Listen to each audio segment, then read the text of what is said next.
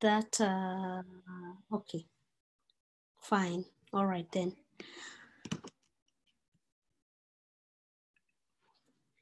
Good afternoon, everyone, and welcome to KeNIC Talks.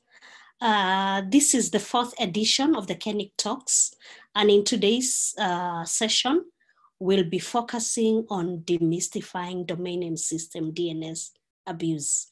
So we are going to look at the current trends, how to identify DNS abuse, and the role of registry and registrants in implementing and enforcing the DNS anti-abuse. We will also address privacy concerns linked to access to personal data and other security vulnerabilities featured under DNS abuse and the law. Now, to help us understand this topic, I will ask the speakers to introduce themselves, starting with Francis.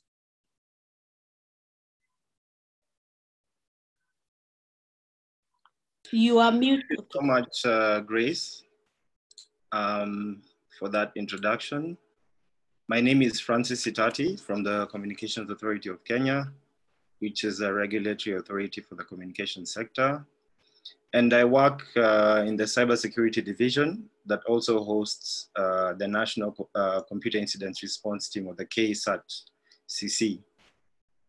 So CA is responsible for facilitating the development of ICTs, and that includes broadcasting, cybersecurity. We have multimedia, telecommunications, electronic commerce, and courier services. Regarding the national SAT, just briefly, this is a multi-agency framework of collaboration that is responsible for coordinating of cybersecurity as Kenya's national trusted point of contact on cybersecurity matters. What we do is that we take part in the implementation of national cybersecurity policies, laws, and regulations. We also take part in creation of awareness and capacity building, like this forum. We also coordinate response to cyber incidents. We issue early warnings and also promotion of efficient management of critical internet resources in coordination with the .ke, which is a registry, as well as ICANN. Just by way of introduction, that's something brief from me. Thank you, Grace. Okay, thanks, Francis. Paul?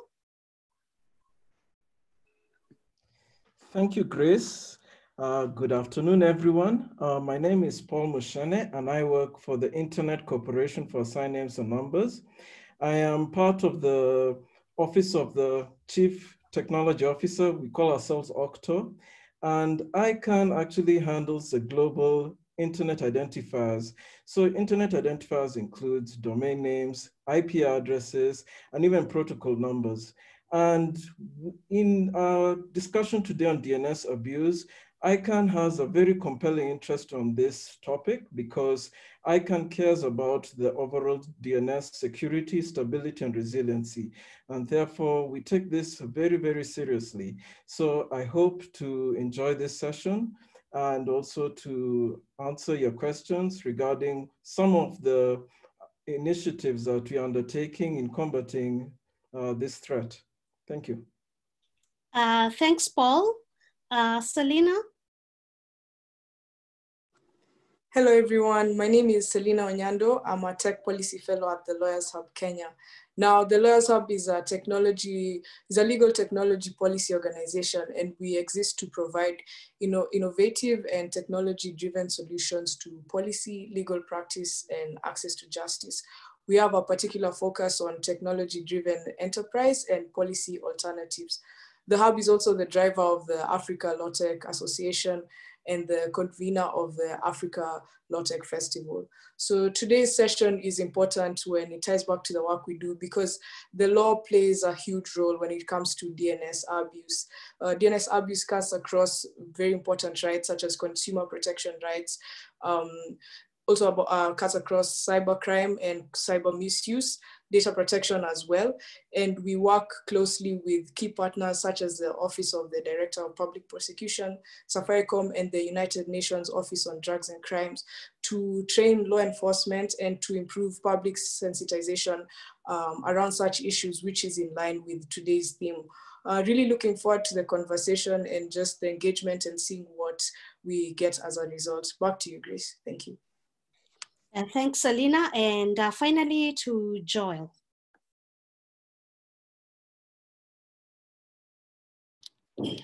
Hello, good morning, good afternoon, good evening from wherever you're joining us from. Just to correct you, Grace, it's Joe Maro.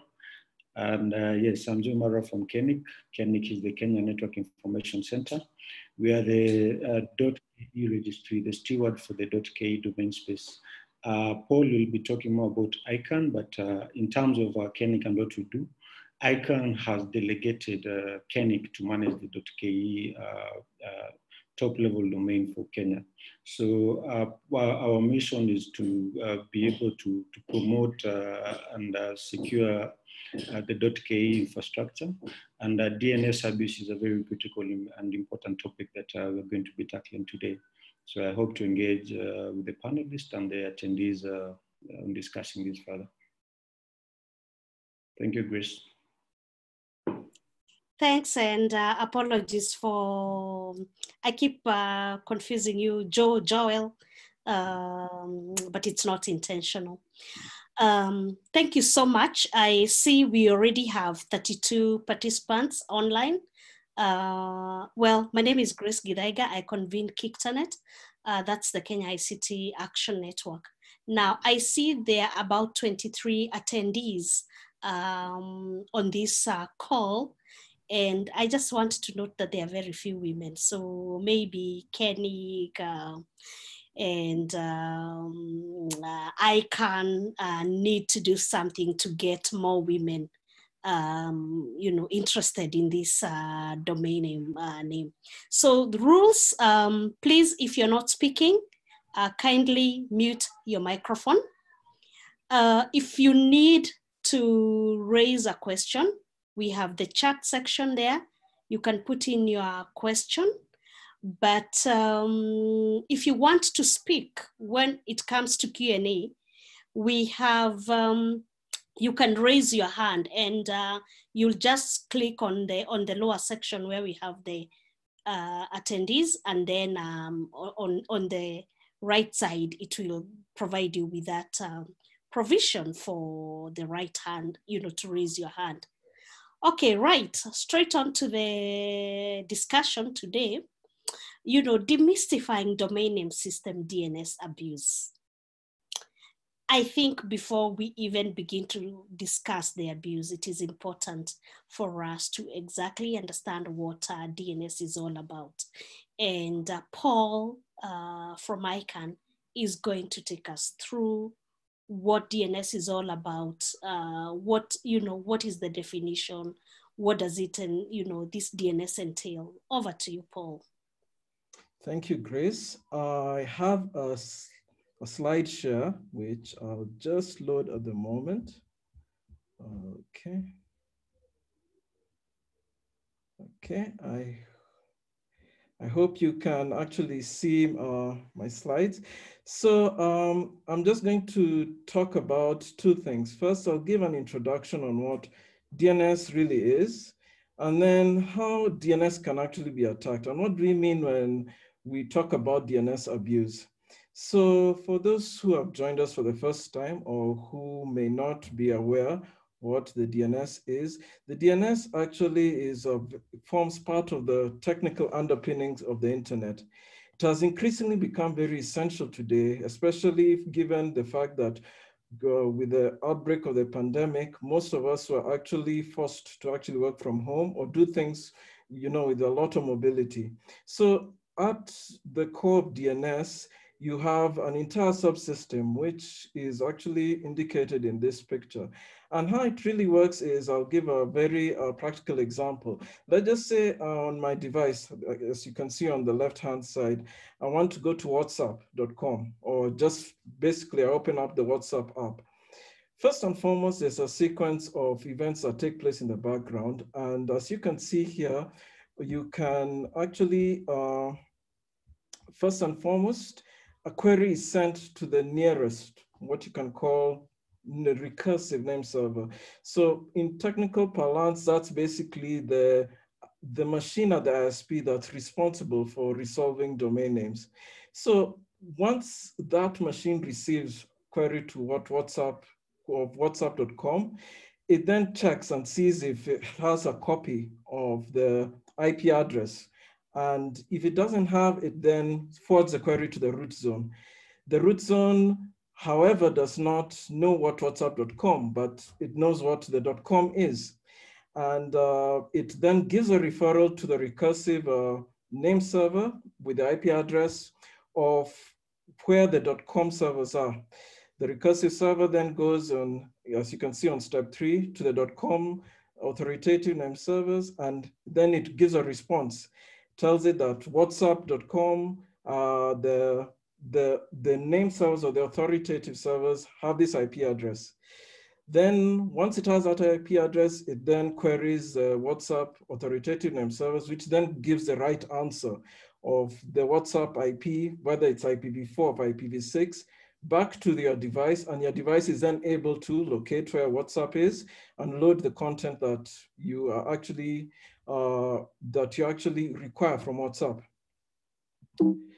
So, however, when this entire infrastructure is very susceptible, and when we talk of DNS abuse, although there's no global definition, or can I say standard definition, we are actually talking of the abuse on this infrastructure, any of the components of this infrastructure.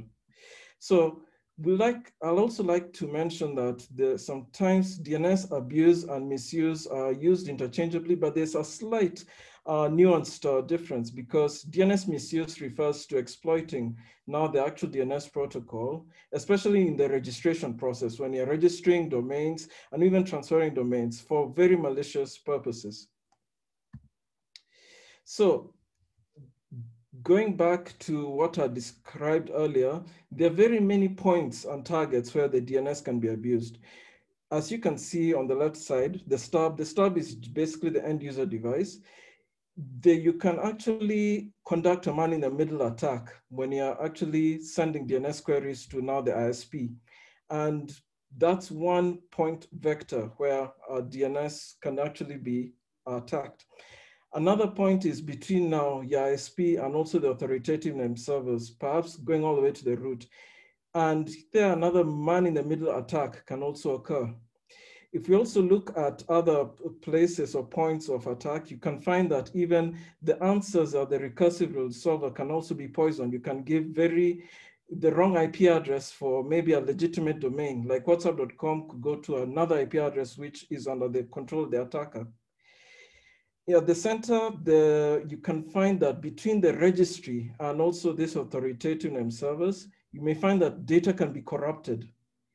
And at the other end, at the right-hand side, when you look at the registrant, you may find that even when they are doing domain name transfers between the registry and the registrar, somebody can even actually subvert this process and even send the wrong registration to his or to an attacker's address.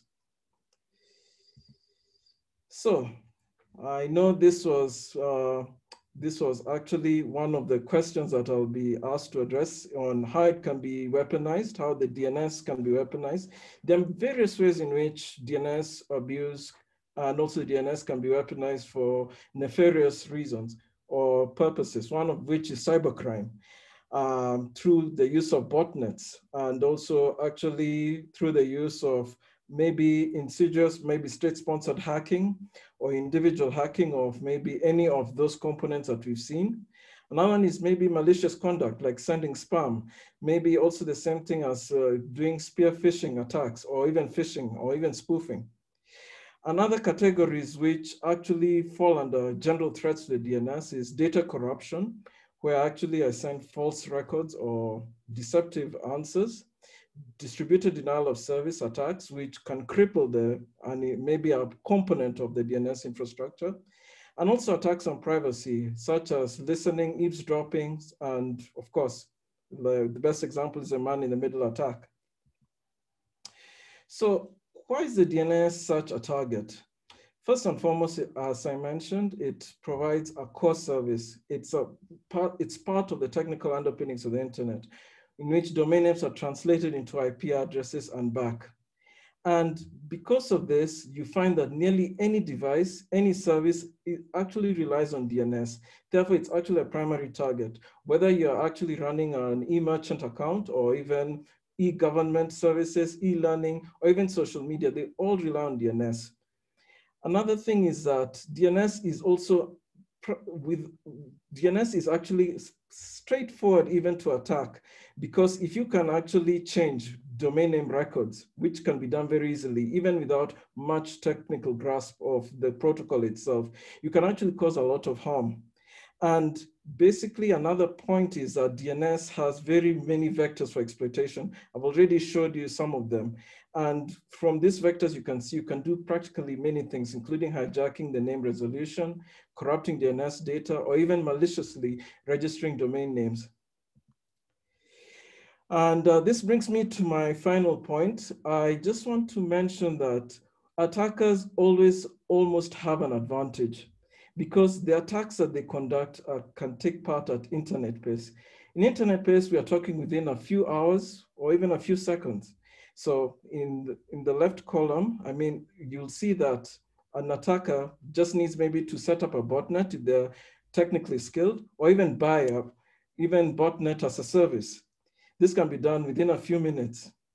Then after that, once they've leased or bought the botnet, within a few hours, they start now infecting consumer machines, or even they infect even a wide number of machines. This can take place within a few hours. And by the time the victim starts to notify and actually observes that there's something wrong, that's already taken a day and a week and a month. And by the time you bring in law enforcement and the private sector to investigate, to shut down the botnet, many months will have already transpired. And by then, a lot of damage will have been done. So even when we are talking about DNS abuse, take note that basically attackers at the moment always have the advantage, and they're always ahead of the curve.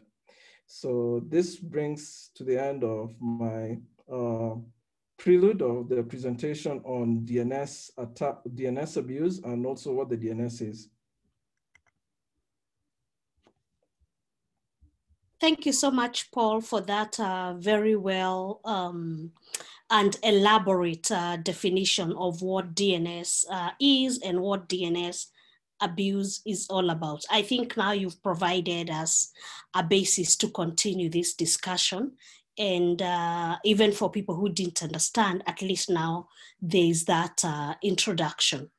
And Paul, still, you will field the first question. So how do we provide an enhanced control framework for top-level domains with, intrinsic potential for malicious conduct? Okay. Once again, I want to thank you for the question. So there are two ways that I can look at it. So one of which is a technical one, purely technical one, is actually to implement certain mitigation measures. And one of this is DNSSEC, DNS security extensions. So DNS security extension is basically cryptographic, can I call it signatures, that are applied on top-level domains, such that you can actually protect the integrity of data. DNSSEC helps protect against one of the attacks I mentioned, that is basically falsifying of DNS records and also DNS cache poisoning. So it protects, it's a level of protection between the authoritative server, the resolver, such that when a user actually enters a query like whatsapp.com, they know that it is actually going to WhatsApp servers which are hosted in Facebook and not to some other external entity that has nefarious reasons. However, I want to mention that DNSSEC is not a silver bullet. It only protects against only integrity of data. However, to protect against man-in-the-middle attacks and other activities, there are other technologies, some of which haven't been standardized. One of which is actually encrypting DNS traffic, However, this requires much more technical adeptness in actually setting up your servers and configuration in order to encrypt that. And from that is on the technical side. From a more KeNIC collaborative framework, ICANN has a project which is called the DNS Abuse Activity Reporting. So basically, which we call DAR. DAR is actually a framework from which top-level domains and even certain country code top-level domains. I think KeNIC is going to join DAR quite soon, from which ICANN actually conducts research, R&D, and looks into the security threats that could affect a top-level domain. And it uses a combination of matrices, including reputation scores, and even zone files. It looks into all this, and then it comes up with reports. I will actually share with you the links to DAR, and also you can have a look at the reports on how ICANN actually is able to report and even issue advisories to even top-level domain name registries and country code top-level domain name registries on DNS emerging security threats. Okay, thank you so much, Paul, for highlighting that. And that then leads us to Francis, who works for KSAT. Francis, maybe you could provide us with statistical analysis of DNS abuse in Cctlds, considering that you sit at KSAT, you receive these reports. Take it from there. Thank you, Grace. I hope everybody can hear me. With regard to the categories of DNS that are most prevalent, we find that one of the most common type of attacks is malware attacks. Regarding our sector statistics, as at end of March, that is Q3, we recorded about 33 million cyber threats regarding malware. So you can see that it's one of the most common types of attacks that we are recording, the different types of malware. I'll go into the details a bit later, but malware is actually one of the most common, and it's increasing every other quarter. We see that the attacks being recorded under malware are going up every other day. Another category of attacks is distributed denial of service attacks, as Paul had mentioned, or botnets. In the quarter ending March, we saw that we recorded about 287,000 botnet attacks. And as similar to the malware, this is a figure that keeps increasing every other quarter. As what we've seen is that as countries keep opening up and as people become more and more systems are being automated, we see that the systems are getting more and more susceptible and vulnerable to these kind of attacks, especially the botnets. So it's a discussion that needs to be undertaken on how best to sort of just achieve a balance between automation and embracing of technologies, at the same time ensuring that your systems are secure and that there's adequate user awareness and capacity building, just to make sure that people actually use the systems in the right way. Other kinds of attacks that we've seen, general web application attacks. These are targeting the browsers, because we have, as Paul mentioned, the man-in-the-middle attacks. So there's increased usage of our web browsers that are actually causing them to be susceptible to web application attacks. In the quarter ending March, we recorded about 582,000 web application attacks. Generally, we also noticed the other system vulnerabilities. And these are, for example, misconfiguration of devices. For example, the admin might forget to change the default credentials or different default password of devices. And we find that there are attackers who actually skim the internet to try to check maybe if it's a Cisco router or any other kind of device, to try to use the default credentials to see whether they can, you know, compromise these systems and take it over and now launch either DDoS or any other kind of attack. So a more detailed report is actually available on our website. I won't go into so much detail for now, but generally, in summary, we see that malware is the most common type of attack, followed by botnet attacks or distributed denial of service attacks. Thanks so much, Sitati. Those figures are actually alarming.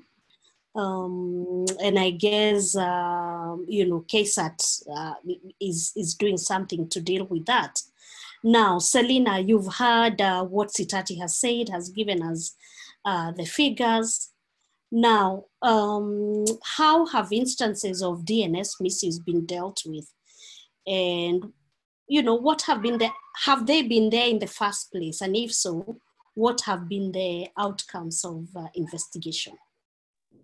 Thank you, Grace. The staggers are indeed, the figures rather are indeed staggering, especially when pinned against the amount of cases we see actually coming into court. So as Paul alluded to previously, that DNS abuse and DNS misuse are not the same. They take different forms, but we do see issues of cyber squatting, phishing, malware, you know, and spam, amongst others. So in Kenya, these crimes these are crimes under the Computer Misuse and Cybercrimes Act. As we know, this is a law that was disputed previously by BEC on grounds of constitutionality. Maybe I'll expound on that much later. And this law anticipates that these crimes have happened. Unfortunately, in Kenya, I've not seen any instances where issues of DNS abuse have come to court. I do stand to be corrected. If there's anyone who has these citations, please share and we can have a discussion on that. But on the international scale, there's one particular case that, you know, comes to mind and is one of the earliest cases involving cyber squatting and trademark infringement. And this is the case of Card Service International versus McGee. So in this instance, the court granted a permanent injunction, stopping the defendant from using a domain name as it would typically be associated with the complainant and therefore amounted to trademark infringement. So you do see these instances are very prevalent outside of Kenya, but you have to wonder, why is it that these cases don't come into Kenyan courts? Is it because the process is vexatious, or maybe it's the lack of technical know-how on the side of prosecution, or have there been alternative dispute resolution methods that have been set up? So that being said, you can have, we see the example of what ICANN is doing, you know, with the Uniform Dispute Resolution Policy that all registries around the world are obligated to comply with. So these instances can be settled out of court, away from the formal systems that we know of today, allowing for timely and efficient resolution. And, you know, it takes away from the vexatious process of going to court physically, which Paul also alluded to. It's quite time consuming and it gives these attackers the upper hand. So that's, I think, the kind of observation that we're having.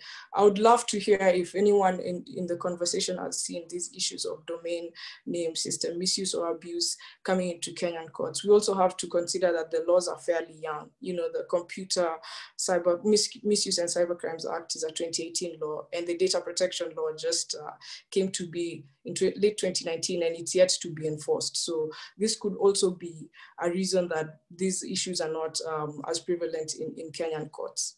Thanks, Chris. Thanks, Selina, for that elaborate response.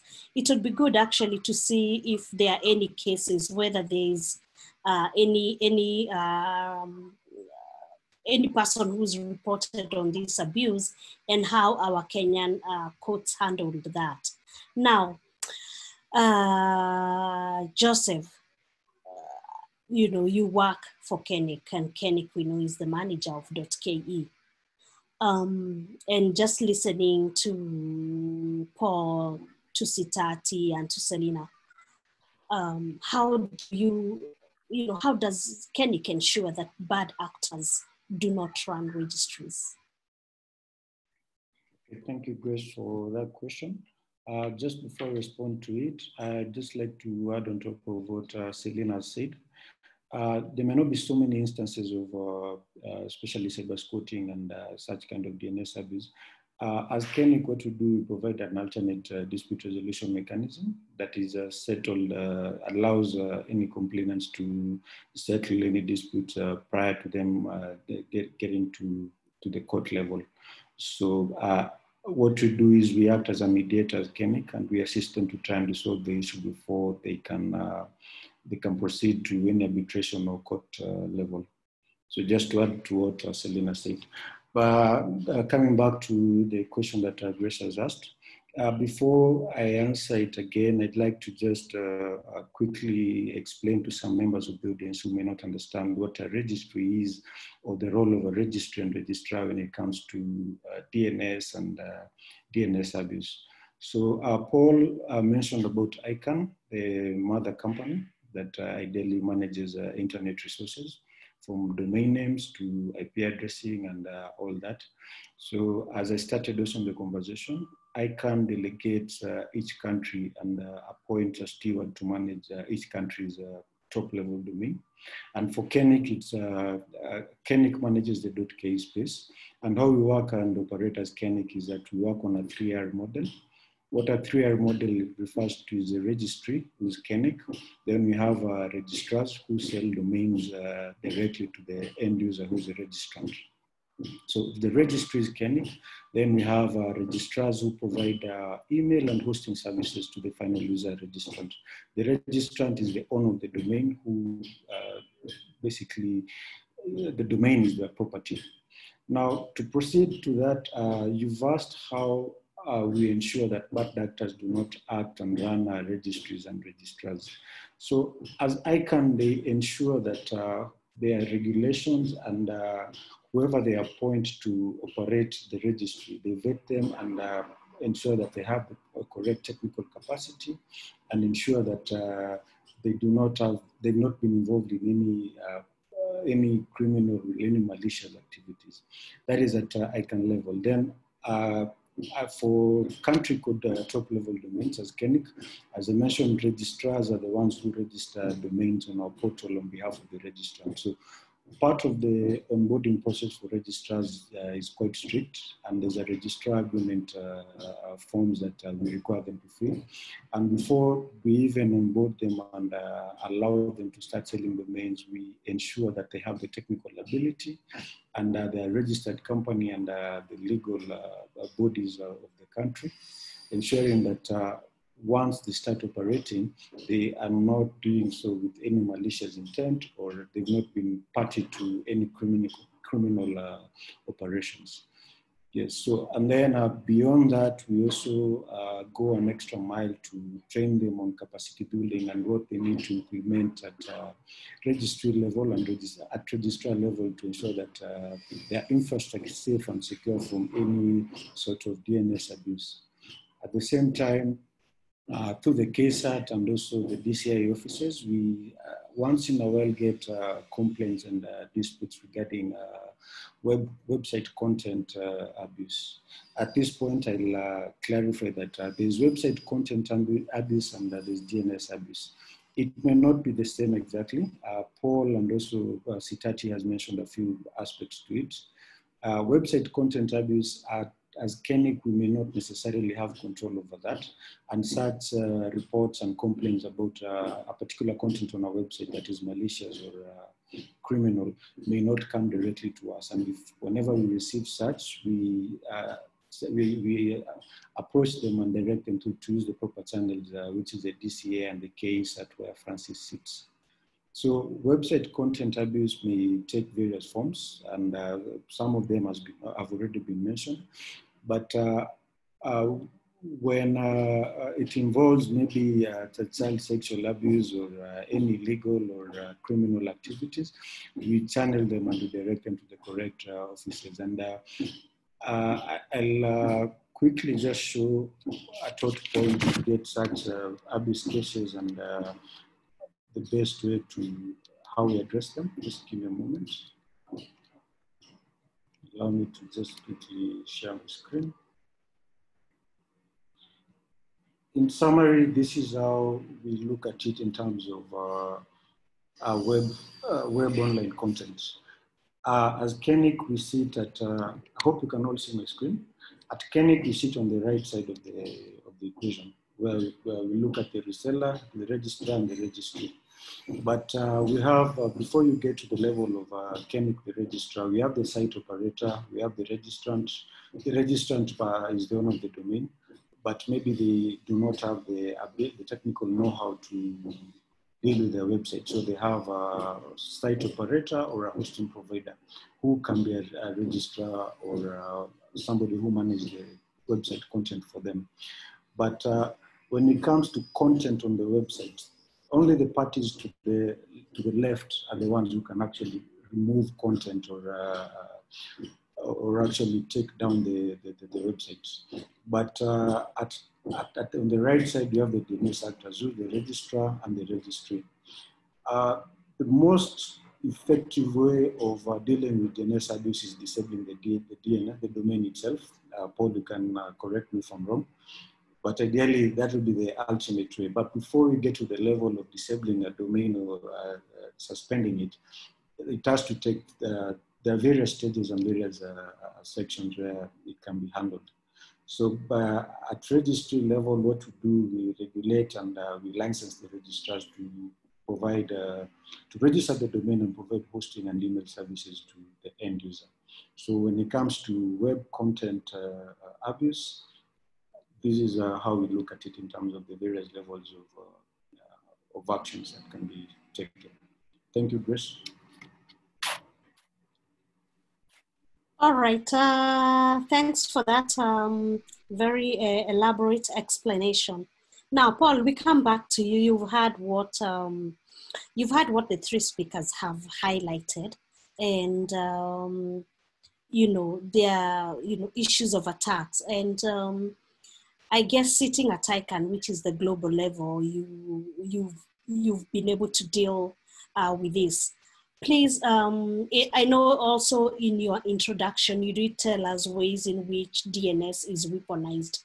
And that was very interesting. Now, how do you measure the effectiveness of the safeguards to mitigate malicious conduct in DNS?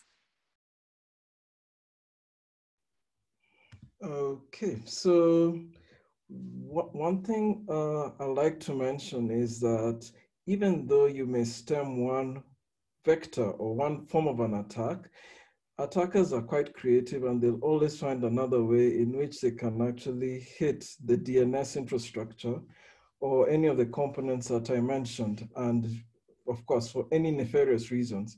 So one of the things that we try as much as possible is to actually build capacity by training not just only top-level domain registries and even individuals on, let's call it, good cyber hygiene with respect to DNS and the implementing of DNSSEC.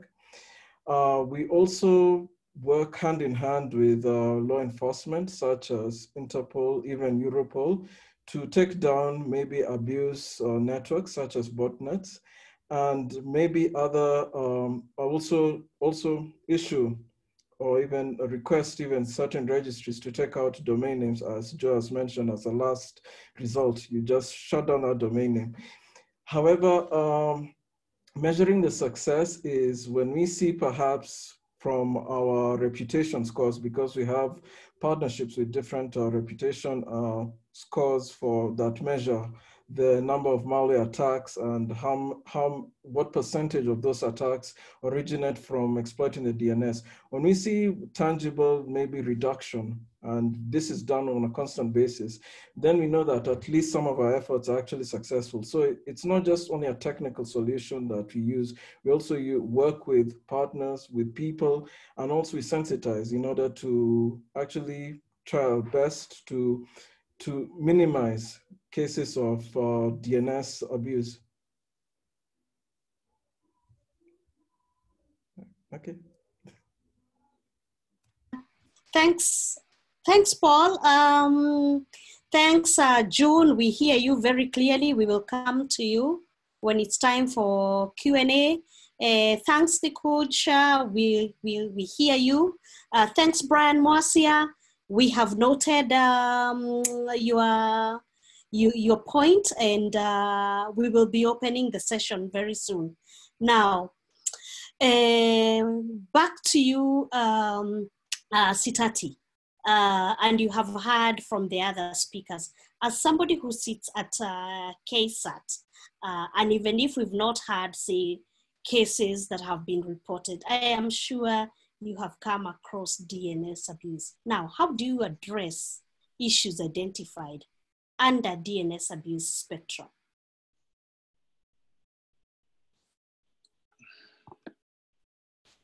Okay, thank you, Grace, for that question. Maybe before I go into that, I could perhaps talk about the main, some of the main issues that we, the main categories of the DNS that we interact with. Generally, as I mentioned before, we have the malware, the botnets. Another common type of attack is the phishing. A lot of impersonation of websites and other domains. Recently, with the occurrence of the COVID-19, we saw that a lot of websites are being impersonated, just so that cyber attackers are actually trying to defraud or to steal money from people by luring them to, maybe key in the confidential information or personally identifiable information, like the bank account numbers or ID numbers, etc. Also, another type of attack that you're seeing is what is known as pharming. And basically this entails the redirecting of unknown fraudulent sites through DNS hijacking. So just maybe to answer your question, Grace, what we realize is that many of the ways in which some of these abuses can be controlled actually is very basic. Something as simple as installation of advising users to install a software on an antivirus, an anti-malware software. You'll be surprised that, especially now that many people are actually working from home, their devices might not even have the basic security features. In addition to this, your antivirus or anti-malware needs to be up to date, just so that the virus signatures can be, it could pick up the latest virus signatures. We also advise the users to run scheduled scans, especially during the night when you're not so busy, since it affects the performance of your device. Another thing is keeping your operating system and your other applications up to date, like your web browsers, your operating system, etc.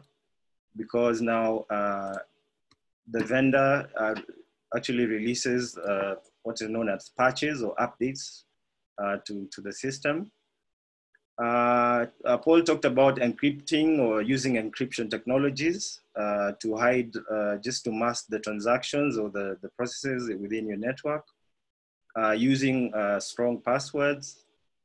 We also undertake awareness, whereby we advise users to be cautious whenever you receive an email from somebody who you do not know, being careful about links and attachments.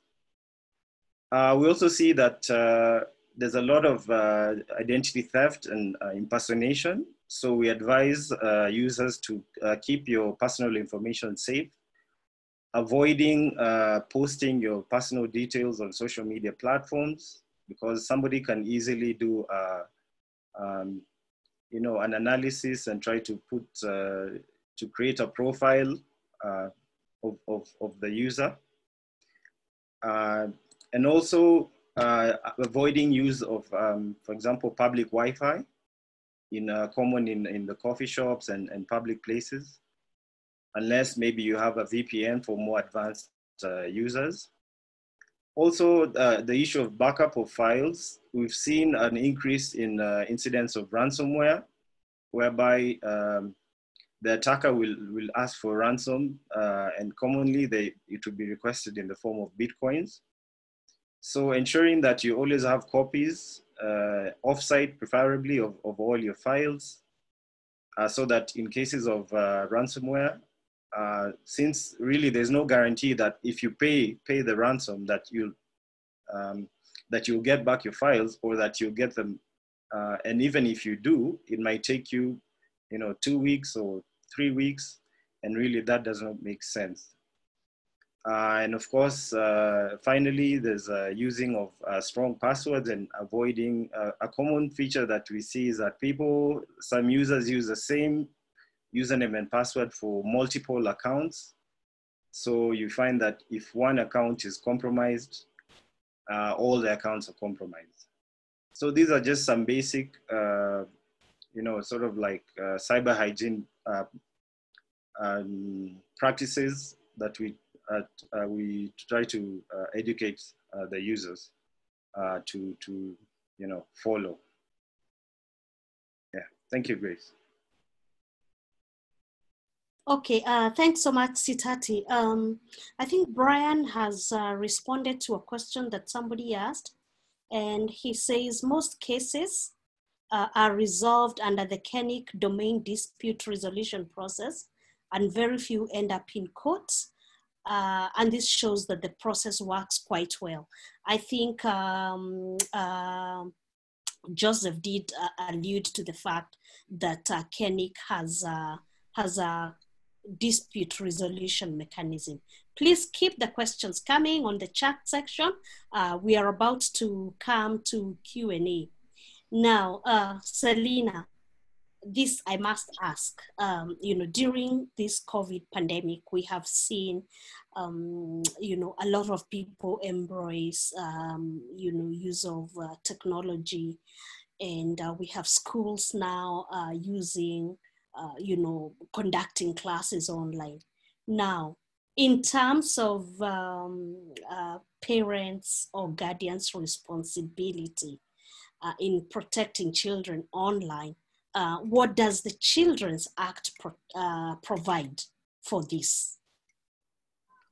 That's a great question, Grace. There's been a huge shift towards, online activities, not only when it comes to online learning, but kids are using devices now every day. It's something we can't ignore. When it comes to the Children's Act does speak on what parental responsibility is. And it means that, parents have a duty, a right and an authority by law to, in relation to how their child interacts with these platforms, and how they ensure that there's best safety for their children online. So the duty that the parents have goes to include protection from neglect, discrimination, and most importantly, when it comes to this discussion, protection from abuse. Now, that being said, the Data Protection Act as well speaks on how we process children's data, because children's data is sensitive data. They are a vulnerable group. The International Telecommunications Union has developed a set of comprehensive guidelines that parents, guardians, educators, and carers can refer to when it comes to children's online protection. And the Communications Authority has actually done a great job in adopting these guidelines, translating them into plain language and consumable chunks for parents, guardians, and educators as well. So one might ask, what steps can a parent take to ensure that their children are safe online? So first of all, you have to familiarize yourself with the risks that come with your children being online. And that's why sessions such as these are very important, because we get to discuss this openly and get the information that we need to understand what these risks are and how to prevent them as a result. You also have to stay engaged with what your kids are doing online. Be aware of the sites they're visiting, the kind of material they're viewing, etc. It's also important that you familiarize yourself with good websites that are educative and useful for them, and push those websites their way, because then it means that they're spending less time on sites that could be dangerous to them, or accessing material that could be dangerous or harmful to them. On top of that, it's important to build an open culture that encourages open dialogue with their children about their online behavior. So it doesn't feel like, you know, you're imposing rules on them. They kind of understand why it's important that they are safe on these platforms. It's also important to set up rules that ensure that you're a good role model for your kids, because they're more likely to do something if they see you doing it. If you say, oh, don't be on your phone too much, and you're on your phone too much, you know, it kind of beats the purpose. They emulate what they see around them. So it's important that you create that environment at home as well. Teach them about security. Francis alluded to security and the importance of passwords, not to share their passwords or private information online. Data minimization is essential. Even as you set up these platforms for them, ensure that you have a minimal amount of data on there. Setting time limits, you know, and also VPNs are important. You can have these type of structures in your home. And also it's important to stay calm and not to jump into conclusions when approaching your children and asking about, you know, online behavior, because then it seems that you're a threat to them and they're less likely to open up. So these are just some of the things that, you know, parents can do. You have to also be familiar with the laws around technology and data protection, so that in the event that you feel that your children's rights have been breached, you know, what is the first instance? Where's the place that I go to first? Do I understand how the law works? Am I familiar with these provisions? So it does sound like a lot, you know, especially for parents to take in one go, but it's a learning curve for everyone. And it's important that we are familiar with these instances of abuse, so we know what to do in the event that they happen. So I'd like to hand back over to you, Grace, with that. Thank you. Okay, thanks, Selina. And just before we open it to Q&A, Joseph, you know, in this era, we talk a lot about information overload, the need to protect information. How does KeNIC ensure integrity and utility of registry information? Thank you, Grace, for that question. So as a registry, the information we mainly hold pertains to the registrant information, or what in technical terms is called who is information. So who is information is information regarding or pertaining to the owner of the domain. This is the billing information. You'll have the technical information and any administrative information in terms of contact any PO boxes or addresses. Basically, this is information that pertains to the domain and all domains globally, regardless of whether they're country code or generic. Have a who is, all of them are stored in what you call a who is database. So as KeNIC, we ensure that the first thing we do is we ensure that the correct information is captured for accuracy purposes, because we've had global instances, not just in Kenya, where I will register a domain for a friend or a business person, and I decide to put my own information instead of the owner of that domain. So the first thing we try to do as KeNIC is to ensure that the correct information goes in, because this is information that in case the case at team require, or rather the case of team inquires from us to provide, we have to try and ensure that it was captured correctly. And I'm sure in some jurisdictions, you can find a situation where it might be legal to register a domain with the correct ways information. So once we capture it and try and ensure that it's correct, then we secure it, and we secure the domains through various protocols and extensions. We ensure that our database is safe and secure from any malicious attacker who may want to access that information. But at the same time, through WHOIS policy and the GDLP, there's a percentage of that information that we are allowed to query. And we have what we call a WHOIS database. I can share a link, I'll share a link to all the attendees. You can just go to a database and you can query any domain and you can see the type of information that is there. So at registry level, we ensure we capture the correct information from the onset and then secure the same information by ensuring our database is very secure and tight. At the same time, we also protect and secure our registry system to ensure that we cannot attack. Paul mentioned about some security extensions which attendees can read on. There's DNSSEC, there's DNSSAT, there's DNS over HTTPS, DNS over TLS. Those are various technologies that are used to secure the domain name system.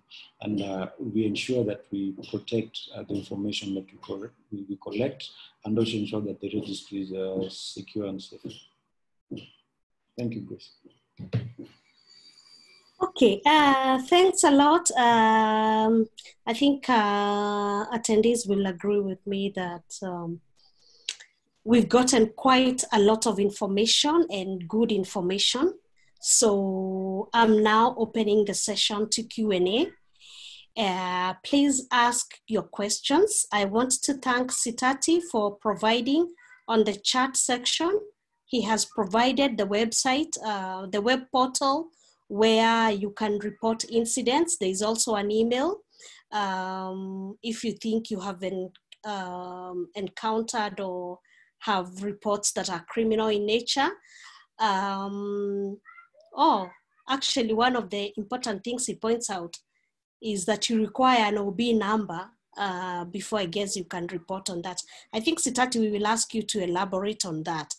However, I think this is very important, and it's raised by June Okao, and she's asking at Sitati or at Joe, have you seen any instances of COVID-19 related DNS abuse from a .ke perspective?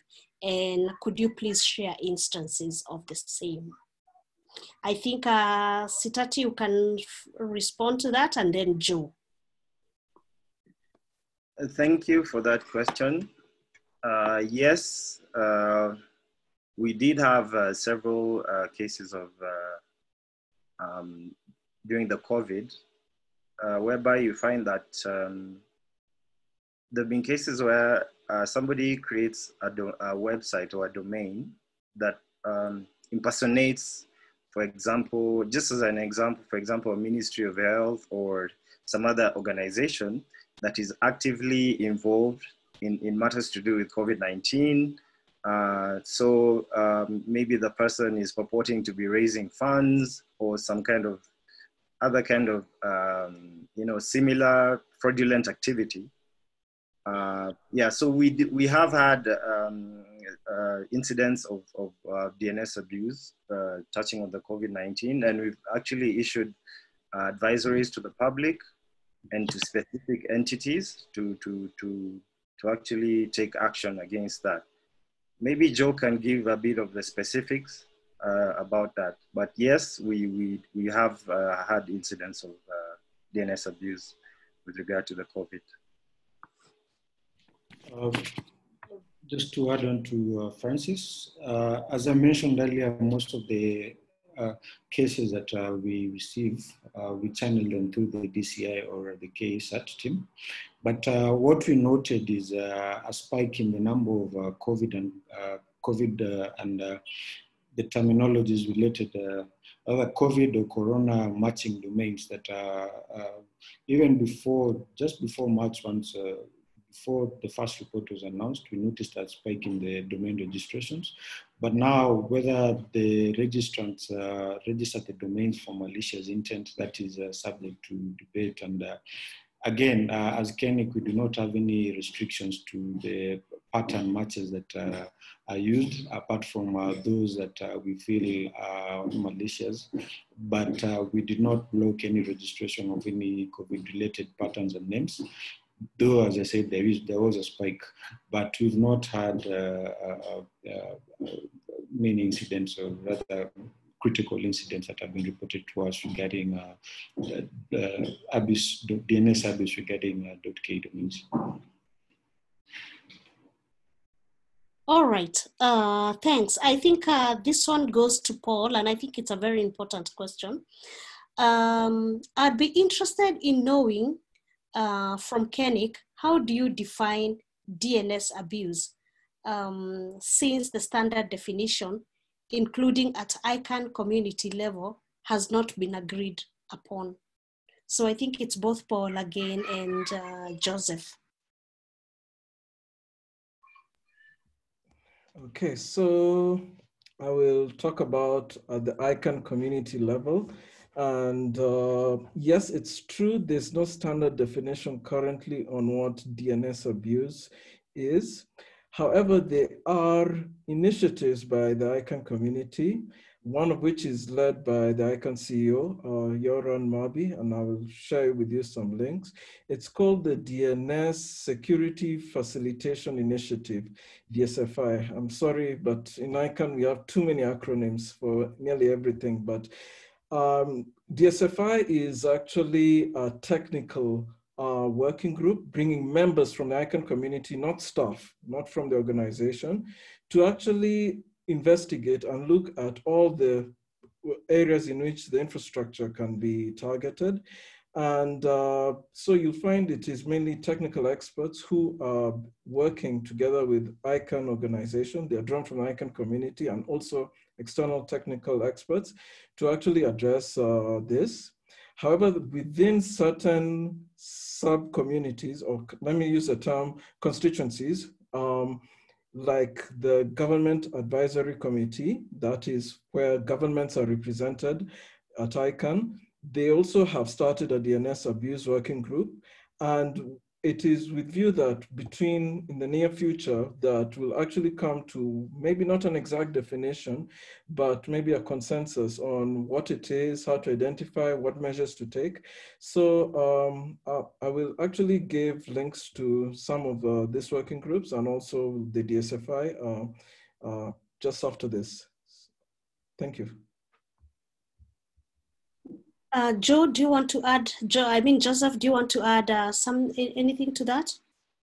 Yes, as Paul has said, there's no standard globally accepted definition of it.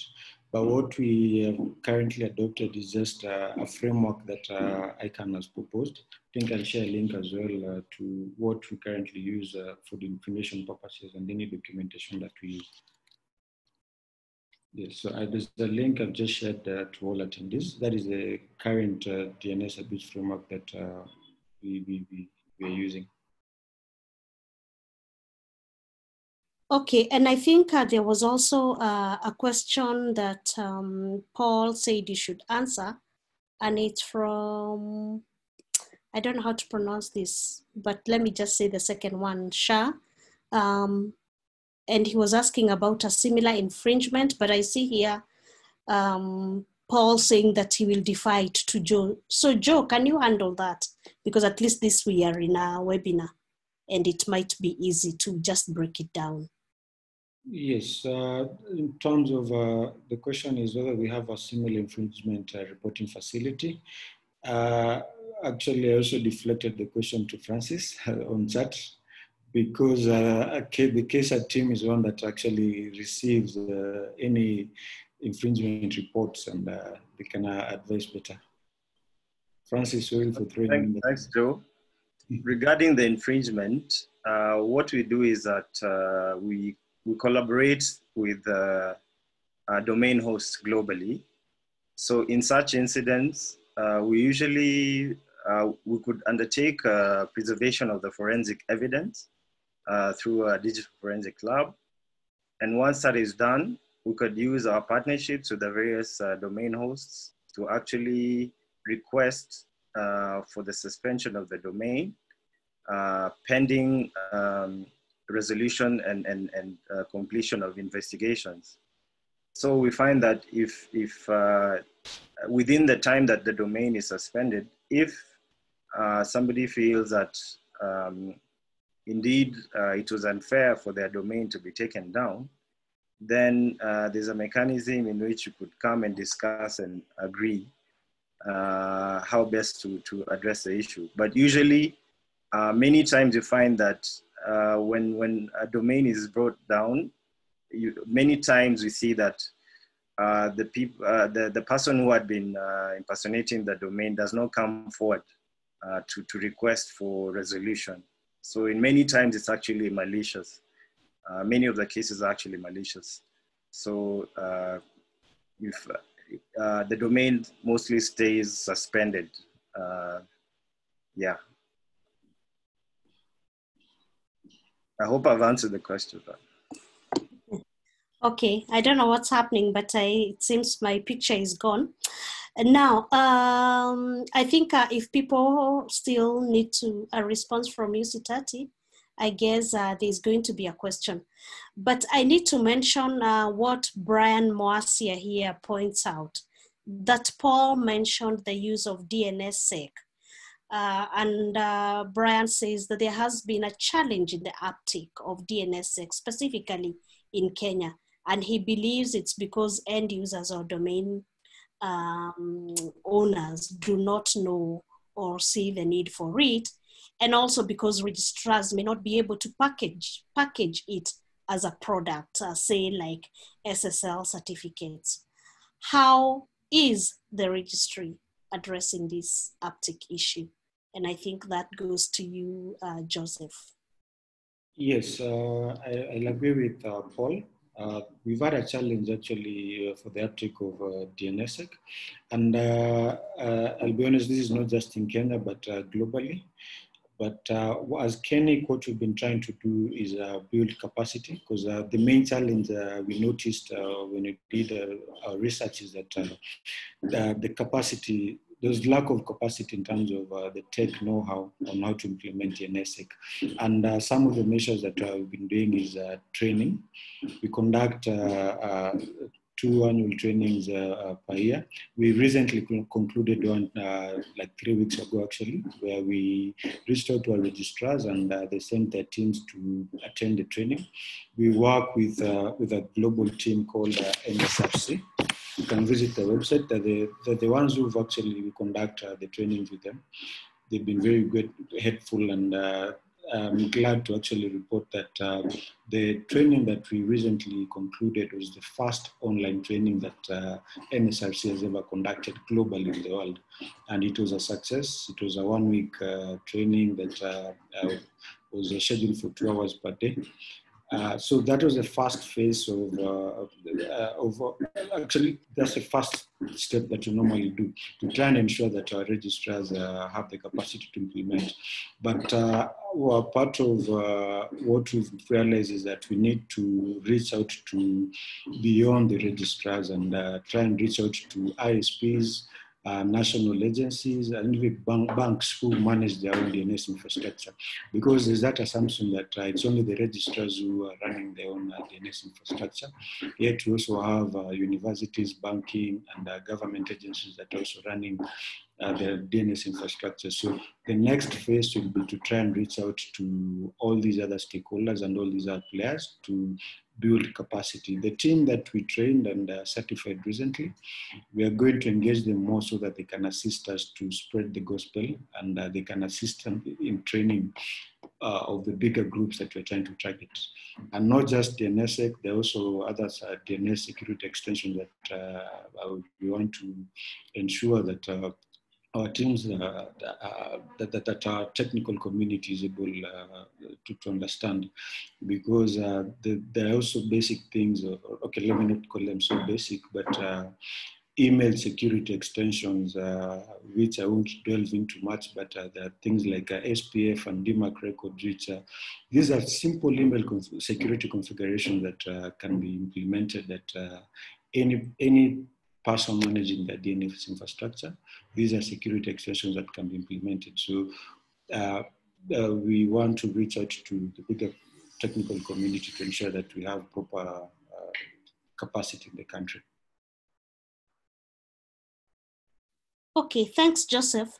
There's a question here that again was raised by June and directed to Paul, that maybe you could also share any instances of resolving such issues for GTLDs without necessarily resolving to take down option or take down the norm.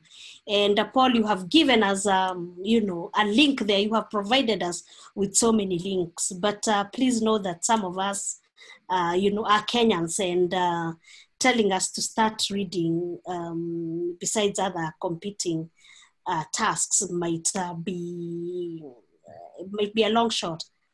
On this question from June, and I know you have provided the link, can you please give us a snapshot of some of these multifaceted efforts?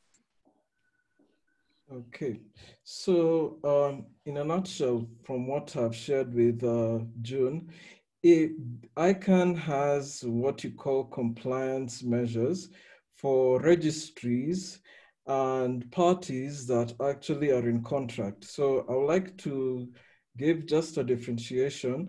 Country code top-level domains like KeNIC and many others are actually autonomous and they're independent, and therefore they do not need to be in partnership directly or under contract with ICANN. However, there are some like, let me just give an example, like .com that's owned by VeriSign. So that's a registry.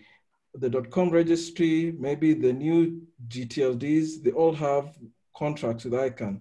And under some of these contractual obligations, one is that in the event that there are actually domains that are being registered with the intent that either one, they are malicious in nature, then there are actually procedures from which ICANN actually has instrumented, or can I say through the community, it's actually the ICANN community, not just ICANN.org, that have actually put in place for which if they fail to comply, then certain action is taken against them. And so we find that in the case of COVID-19, there are 42 actually, can I call it, incidents that are reported to the registrars, and they are told to actually act on them. So ICANN does not take down domain names. So I like to actually make this clear. This is left entirely to the discretion of the registrars who are in contract with ICANN. So as an organization, you cannot take down domain names directly. That's not our job. It is actually left, it's delegated to the registrars and registries to act on them. Okay, thanks, Paul. I don't see other questions. And before I give all the panelists a chance to give closing remarks, I think there's also another question here that Shah raised about trademark and rights infringements. And so he was asking, do we follow the same process like at SAT? And I see Sitati here has answered that will be handled by KIPI. How does anyone get to KIPI?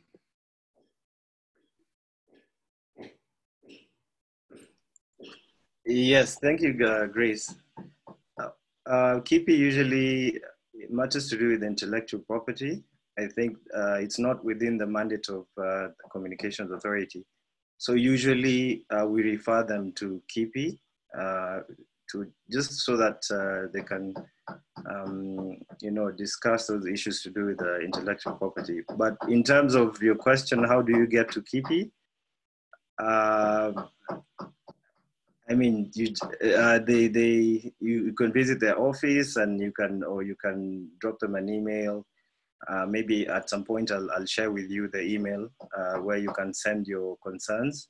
but the national SAT would facilitate any such incidents by conducting forensic preservation of evidence in case the matter needs to be taken to court, since we have the law enforcement branch, and also facilitating with the registrars just for the takedown of the domain, of the hosts.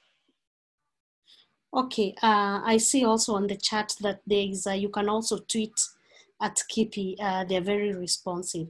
I asked you that question, Sitati, because some of these government offices, especially for us, some of us who don't know how to get into those offices, you really would not know where to start.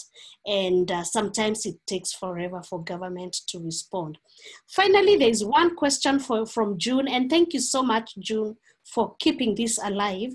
So she would like to know whether KeNIC/.KESAT can perhaps consider public sharing of information similar to how ICANN implements the documentary information disclosure policy. And I think that's a very important question because Sitati, I know stakeholders have asked, where is KESAT report? What sort of attacks are we getting? How many, and who are attacked mostly? I think that's the sort of thing we need to hear. Okay, over to you, Francis. And then I will hear from Joseph. Sorry, Gigi, just repeat that, please. There is a question on whether KeNIC or KESAT can consider public sharing of such information similar to how ICANN implements the documentary information disclosure policy. And so I also added that, for us, we've been asking where is the KESAT report on the attacks that are happening, on attacks that have been reported, and how you have responded to them. Okay, thank you, Grace. With regard to the reporting, we do have what we know as the sector statistics. So every quarter, we release to the public statistics about the various sectors of the economy, including cybersecurity. I'll be sharing with the attendees a link to some of our reports, and you can ask any questions regarding that. So we do share those reports to the public every quarter. Yeah. Maybe Joe, you have something to add? Yeah, Joseph, do you want something to add? But Sitati, I know I read those sector, I am actually very faithful in reading. I have not seen the reporting. So maybe in the next quarter, be sure to indicate the number and your responses. Sure, Joseph? I'll take that as part of the feedback. Okay. Because that's part of the improvement. Thank you. Yeah, actually, there is a comment there that you have given as a political response. All right, but it's understood. So take that feedback, and hopefully we will start seeing that. Joseph, do you want to add anything? Yeah, I think for me, it's the second part of the question regarding whether we share any similar to what ICANN does in terms of the DIDP. So what we have a who is policy, which is available on our website, and I just shared a link on the chat. So we have a who is policy, which we're also in the process of reviewing it in line with the Data Protection Act that has been recently passed by the Kenyan government. But yes, I've shared the link there. All right, we have a few minutes to go. So seeing that there are no more questions, I want to take it back to the panelists to give us some closing remarks. And we'll start with you, Sitati.